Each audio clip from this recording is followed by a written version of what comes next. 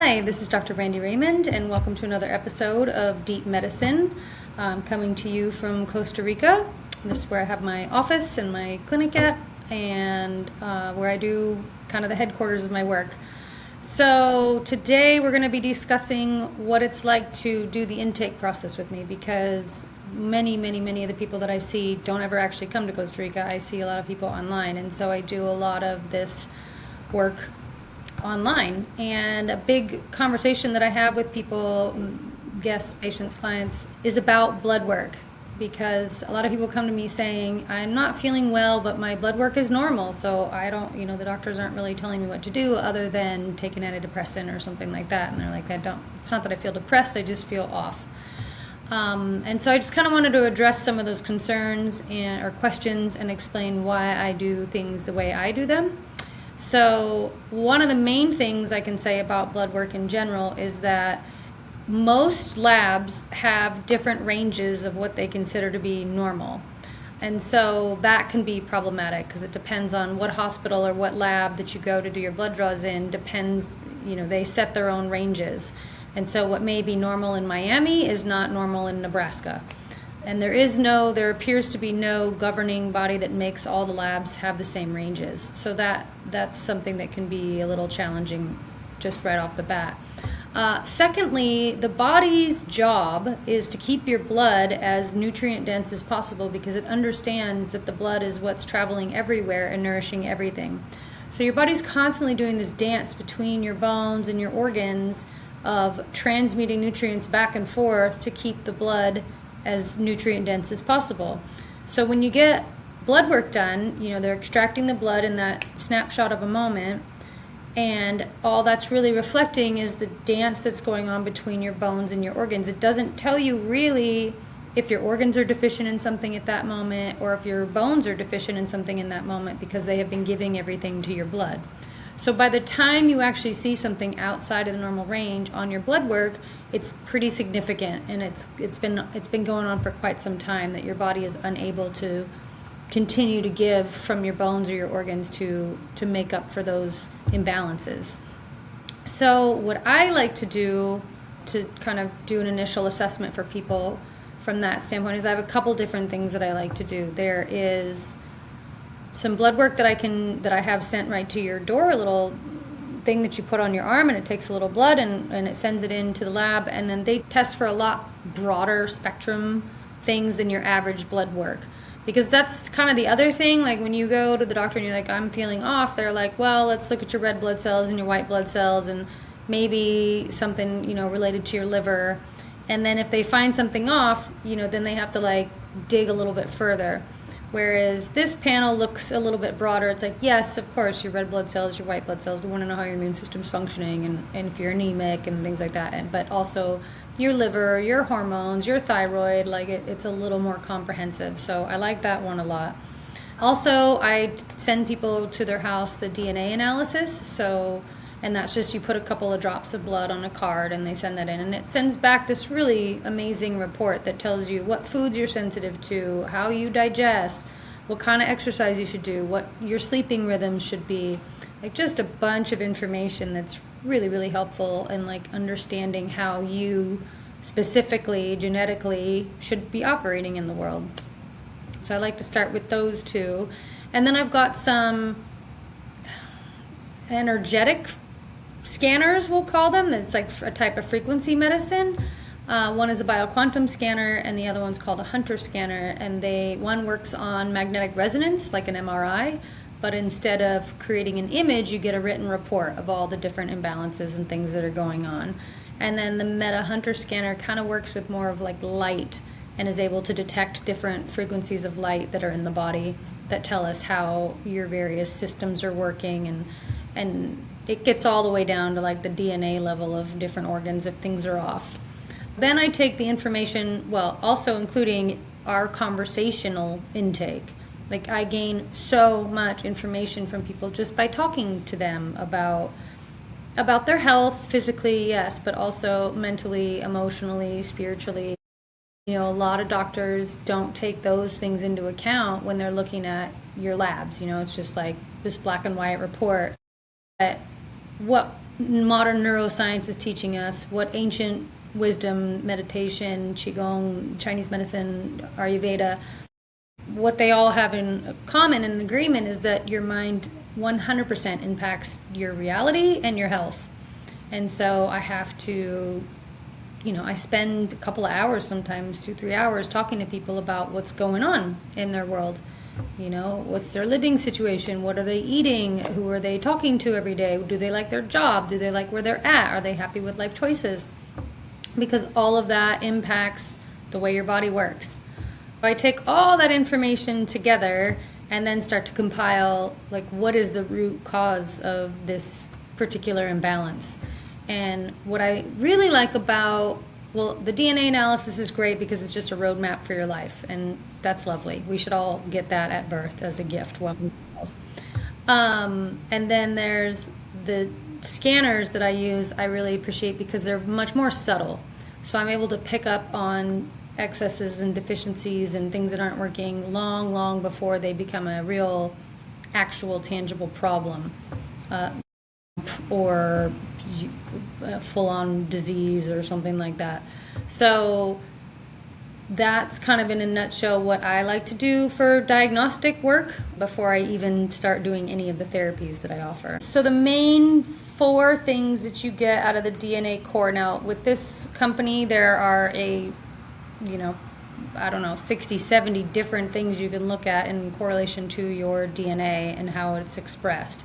And remember, DNA is not the end-all be-all, right? So DNA is the gun, but your lifestyle choices is the trigger.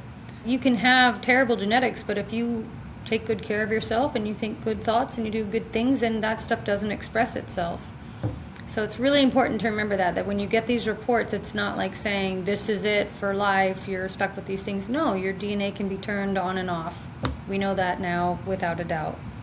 But this DNA report in particular shows your biological processes. Now this is like how you break down B vitamins or how you absorb folate, or just different processes in the body, like are you insulin sensitive or not, do you have a predisposition to diabetes or heart disease or cancer risk, all of that can be seen in your genetics.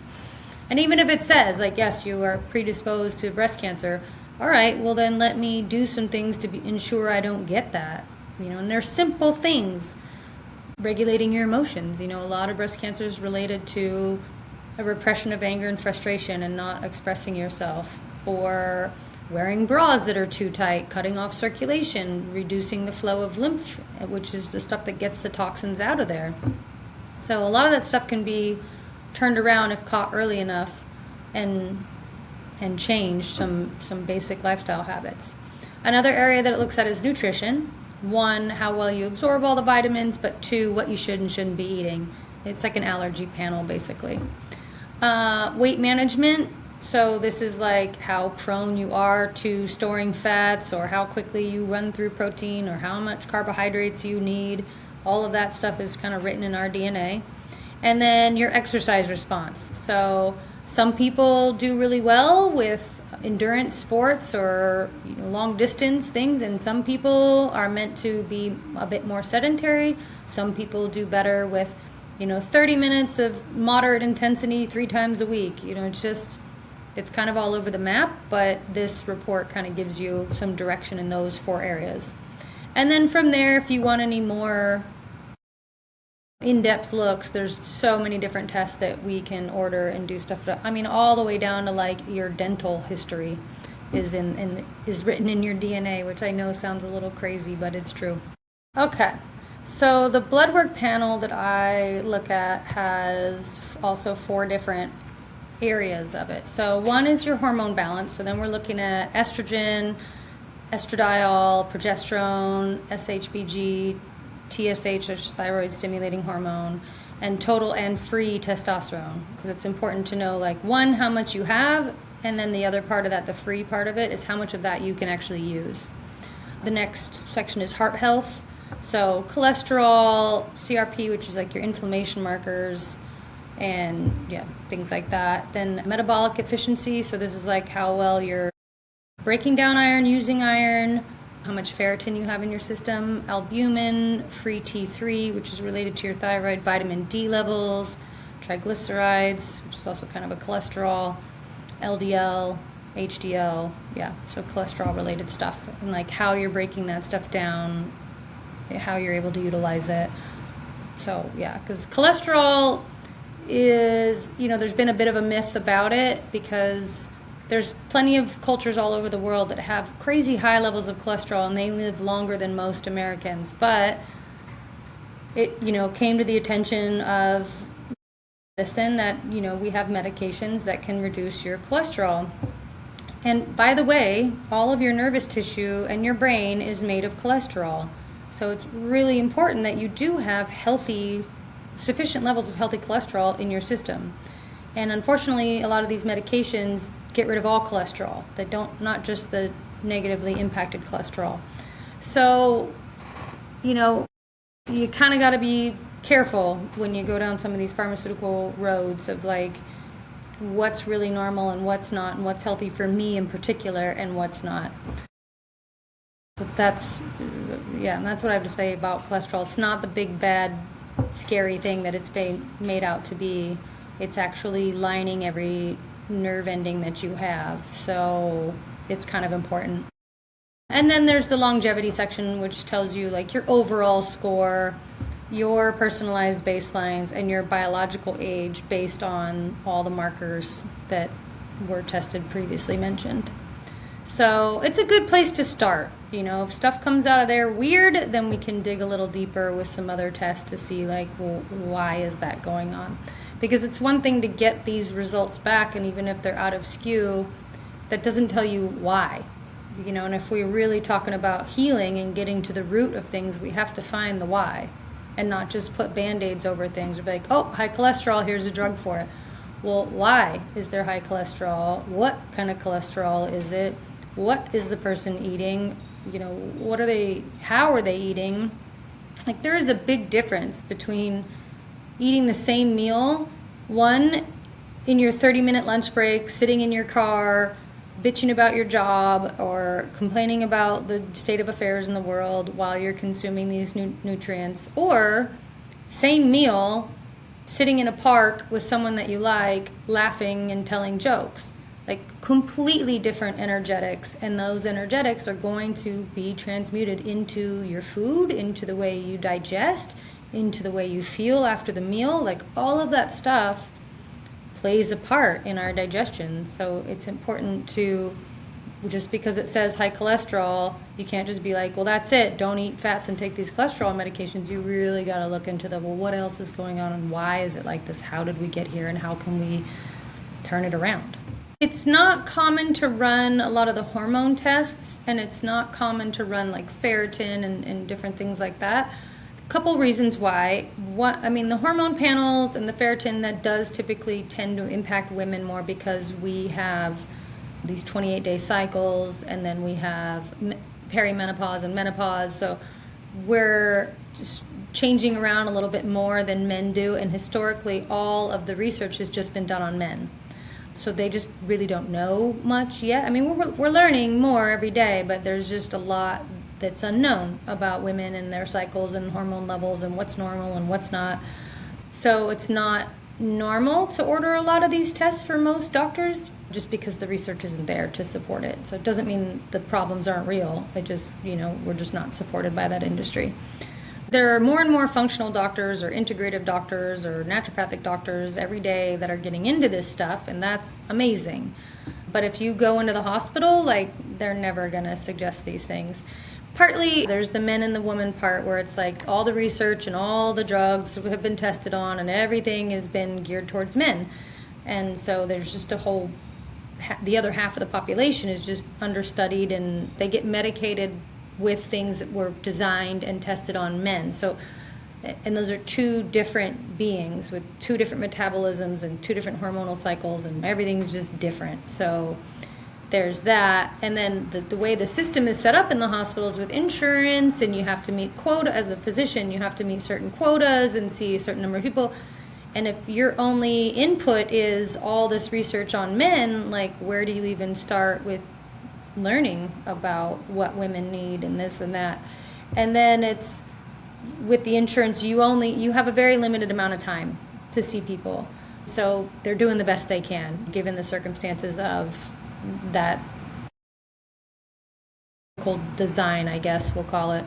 If you got maybe 10 minutes with each person, like how can you possibly get into their life story? How can you really listen to all their symptoms? You can't. So they have a list of things they can prescribe, and most of that stuff comes from drug reps who come into the hospitals, to the private clinics or whatever, and say, hey, we have this new drug, it does this thing. They list the top 3 things that it does. They typically tend to leave out the 15 or 20 side effects that it may cause.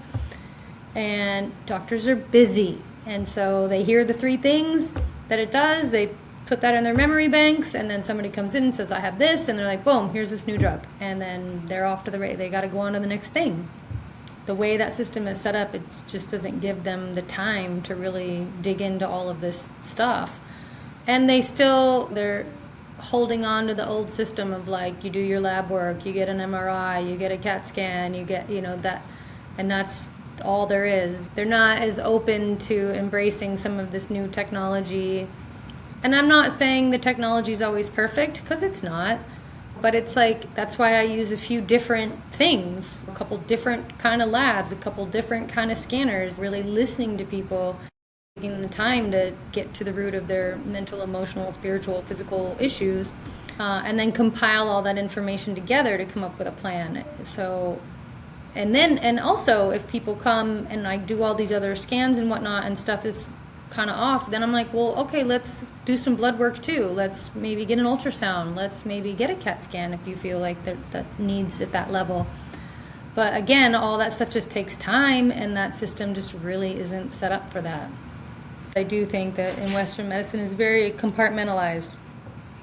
So they'll say, yeah, I have a heart palpitation, and so you're off to the cardiologist. And then meanwhile, it could have been some kind of lung function issue, but the cardiologist will check your EKG and be like, everything's fine, but not even looking the 3 inches over with the stethoscope to listen to the lungs to see if there was just some kind of fluid in there that was maybe putting pressure on the heart, causing an issue.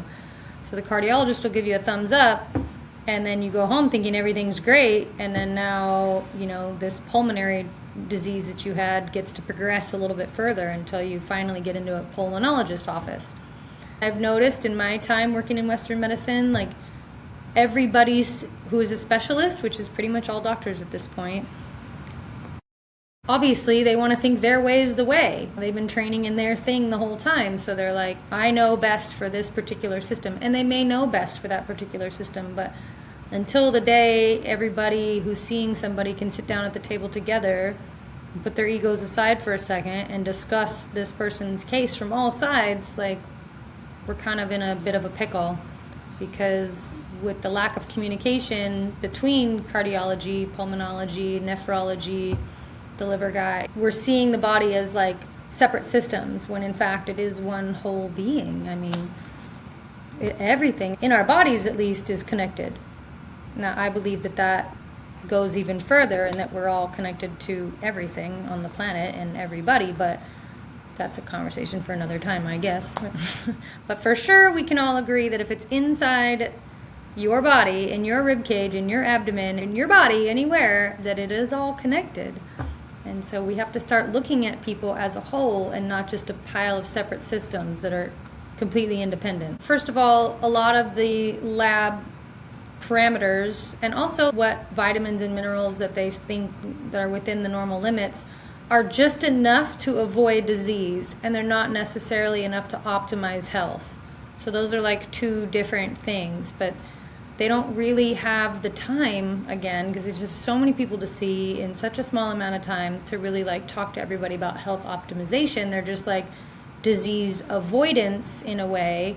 Or if they can't find anything, it's like, well, moving on to the next person who has a thing that I can do something about, be it surgery, chemo, radiation, dialysis, transplant list. Those are the bigger money makers for them, and it is a business. Medicine is a business now.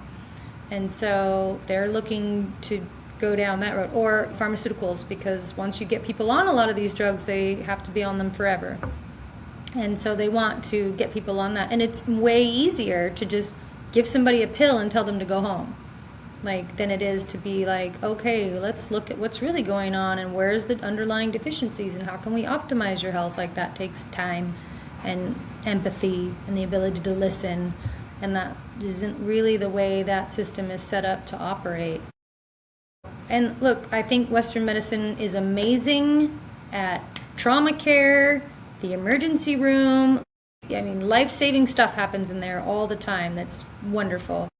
But then there's this whole other side of like preventative medicine, mental health, that's just not even really discussed. I mean, it's just like, oh, you're not feeling good? Well, here's a Zoloft or whatever, and go home and just take it. Never do they say, like, do you want to resolve these issues, and how do you want to resolve them, and what are we going to do about it? And they just take these pills forever and it'll be okay. And then you get side effects to those, and then they're like, don't worry, we have another pill for that. And then you develop some other disorder later, because unprocessed emotions 100% of the time lead to disease. And then they kind of just wait for that to happen, and then they'll cut it out or burn you or whatever they have to do. And that's just that model. Most recently, I had someone on the Meta scanner, and for sure all this heart condition stuff came up, and I was like, whoa. And he is an older gentleman, and he had been to everybody he thought he needed to go to back in the States. And then I asked, have you ever been to a cardiologist, because I'm seeing some stuff here? And he was like, no one ever told me I should see a cardiologist. And sure enough, like, so I was like, well, you're going to go see the cardiologist now, because it was significant what I found. It was beyond what I thought I would be able to deal with. And yeah, when he went and they did an angiogram, it was so bad that they were like, we need to do a stent or a bypass or something, like, as quick as possible. So yeah, and I mean, and he had EKGs and whatnot, but nobody ever really looked until then. And so yeah, they do find things that are missed, because the scanners I work with, they scan the whole body. Every organ system is looked at in a pretty short amount of time. So at least it gives me a good place to start. And then we can go further testing, an angiogram or an ultrasound or whatever, to figure out what's going on. And that's kind of the beauty of working with the medical system in Costa Rica, because it's privatized and it's affordable. So if I find something on one of my scanners, people can get an appointment the next day at some of the best hospitals in the world are here. And for under $1,000, you can have your angiogram and ultrasound and all this stuff. And then the doctors here are at least open to having the conversation with me about what protocol this patient is going to want to do. And they're much more flexible here about, like, all right, well, we can do a little bit of this, and diet and lifestyle and and maybe just the lowest amount of this medication, and we'll try and monitor for side effects. And they're open to having the conversation. Whereas I found doctors in the States are just like, that's what you're doing is crazy, and I don't have time for it. And my job is more to help people with diet, the lifestyle, helping them process their thoughts and feelings, like emotional alchemy. I make recommendations to go see other specialists for different things, and I make recommendations for things like stem cells. I mean, there's clinics popping up all over the world that are doing amazing work, and I make recommendations for hyperbaric chambers and EBOO and just all kinds of different stuff. And then I help people. If I don't do those things myself, I help them find people who do, that it's close to them. So I'm kind of more of a health manager. I look at it from all the different angles, and then put together a report of, here's what I think is going on, and then just talk to the patient, like, what of this resonates with you? What of this do you think fits you? What of this are you willing to change?